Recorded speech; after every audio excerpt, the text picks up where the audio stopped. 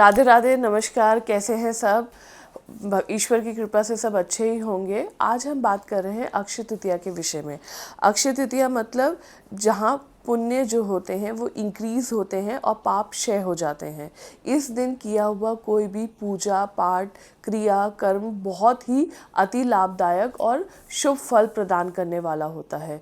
आज क्योंकि आज के दिन परशुराम जी जो विष्णु जी के अवतार थे उनका जन्म हुआ, त्रेता युग का आज प्रारंभ हुआ था, सतयुग का अंत हुआ था। सारे युगों का प्रारंभ और जो बदलाव होता है वो अक्षय तृतीया से ही प्रारंभ होता है। आज के दिन अगर हम भरा हुआ घड़ा, जो पानी से भरा हुआ घड़ा किसी को दान करते हैं तो हमारे पितरों के लिए लाभदायक होता है। कुंडली में जो पितृदोष का निर्माण होता है वो आज के दिन ही घड़ा दान करने से, लेकिन पानी से भरा हुआ घड़ा दान करने से ये पाप दोष का निवारण हो जाता है। आज के दिन अगर हम सत्तू या खरबूजा या इस तरीके के जो प्यास और भूख मिटाने वाले फल या चीज़ें दान करते हैं तो इससे हमारे जीवन में मंगल दोष का निवारण होता है और हमें मंगल की कृपा प्रदान होती है। अगर आज के दिन हम सोना, आभूषण, चांदी खरीदते हैं और उसे अपने कर्म क्षेत्र में रखते हैं तो इससे हमारे जीवन में क्या होता है कि बरकत होती है, लक्ष्मी जी का दिन होता है। आज के दिन अक्षय तृतीया के दिन भगवान विष्णु जी और लक्ष्मी जी को प्रदान किया जाता है। ये दिन उन पे समर्पित है। तो आज के दिन अगर हम धनिया खरीदते हैं, साबुत धनिया, आपको याद होगा मैंने पहले भी बताया था दिवाली की वीडियोस में कि आज के दिन धनिया खरीदना और धनिया लक्ष्मी माँ और विष्णु जी पे अर्पित करना बहुत शुभ रहता है। इससे, लेकिन साबुत धनिया होना चाहिए। इससे लक्ष्मी का फ्लो बढ़ता है, आपके घर मतलब अर्निंग्स बढ़ती हैं, सेविंग्स बढ़ती हैं। तो लक्ष्मी जी को साबुत धनिया अति प्रिय है। आज के दिन साबुत धनिया भी चढ़ता है। फिर बात करते हैं हम किस तरीके से गेहूं का दान लाभदायक होता है। गेहूं का दान करने से आपके जीवन में जो भी राहु केतु के कष्ट हैं या राहु केतु की एनर्जी से जो भी कुछ आपके लाइफ में प्रॉब्लम्स है, वो अगर अक्षय तृतीया पे आप गेहूं दान करते हैं तो वो आपके लिए अति लाभदायक होता है। कई बार हमने ये भी देखा होगा कि कुछ शादियों के मुहूर्त नहीं निकलते हैं, कुछ तारीखें नहीं निकलती हैं, तो कोई भी शुभ कार्य, चाहे वो विवाह से रिलेटेड हो, ज़मीन खरीदने से रिलेटेड हो, धन से रिलेटेड हो, अगर ये कार्य अक्षय तृतीया के दिन किया जाता है तो अति लाभदायक होता है और संतोषजनक होता है। तो इस तरीके की चीज़ें अक्षय तृतीया पे करनी चाहिए। अक्षय तृतीया पे आप विष्णु जी का सहस्त्र नाम से अर्चन कर सकते हैं, लक्ष्मी जी का सहस्त्र नाम से अर्चन कर सकते हैं, इनको स्नान आदि करा के पूजा पाठ कर सकते हैं। शाम के समय 5 दीपक घर में घी के दीपक जलाने से या दरवाजे पे या नल के आदि जहाँ नल हो, आंगन हो, वहाँ पर 5 घी के दीपक जलाने से भी लक्ष्मी जी का आपके घर में आगमन होता है।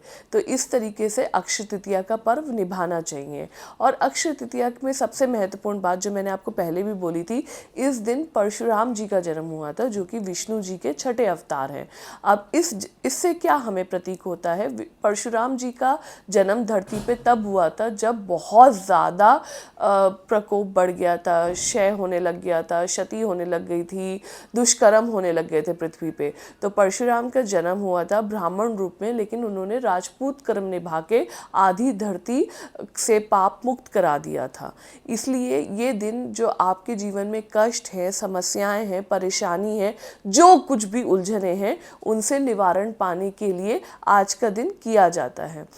आज के दिन में पूजा पाठ अर्चना किया जाता है। हम भी क्या करते हैं कि आज के दिन एक अपने जो भी हमारे जजमान जुड़े हुए हैं या जो भी हमारे क्लाइंट जुड़े हुए हैं उन्हें हम एक अष्ट धातु का कछुआ प्रदान करते हैं अपने माध्यम के द्वारा, अभिमंत्रित किया हुआ, सिद्ध किया हुआ, जो वो अपने व्यापार क्षेत्र में या अगर अपने घर की तिजोरी में रखते हैं और वो अगर कछुआ अपने कार्य क्षेत्र में रखते हैं या व्यापार क्षेत्र में रखते हैं या घर में रखते हैं तो अति महत्वपूर्ण तरीके से लक्ष्मी का आगमन होता है उनके जीवन में और उनके घर में।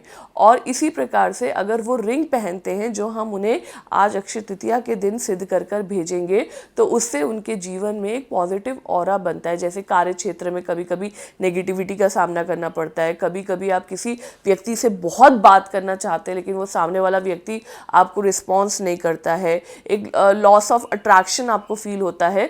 तो ये जो कवच हम एक रिंग के माध्यम से आपको भेजेंगे, इसमें आपको वो पॉजिटिव एनर्जी फील होगी, वो आपका खोया हुआ प्यार मिलेगा, नौकरी में जो मान सम्मान नेगेटिव ऊर्जा आपको लगती है वो सब प्राप्त हो सकती है। तो इस तरीके से हम लोग भी अक्षय तृतीया का त्यौहार मनाते हैं। अब अक्षय तृतीया में हमें क्या क्या नहीं करना चाहिए, क्या क्या लगता है कि ऐसा करने से हमें प्रॉब्लम हो सकती है, तो देखिए इस दिन किसी भी प्रकार का आपको मदिरा पान हो गया या नॉनवेज हो गया या ऐसी कोई भी चीज़ें का सेवन नहीं करना चाहिए।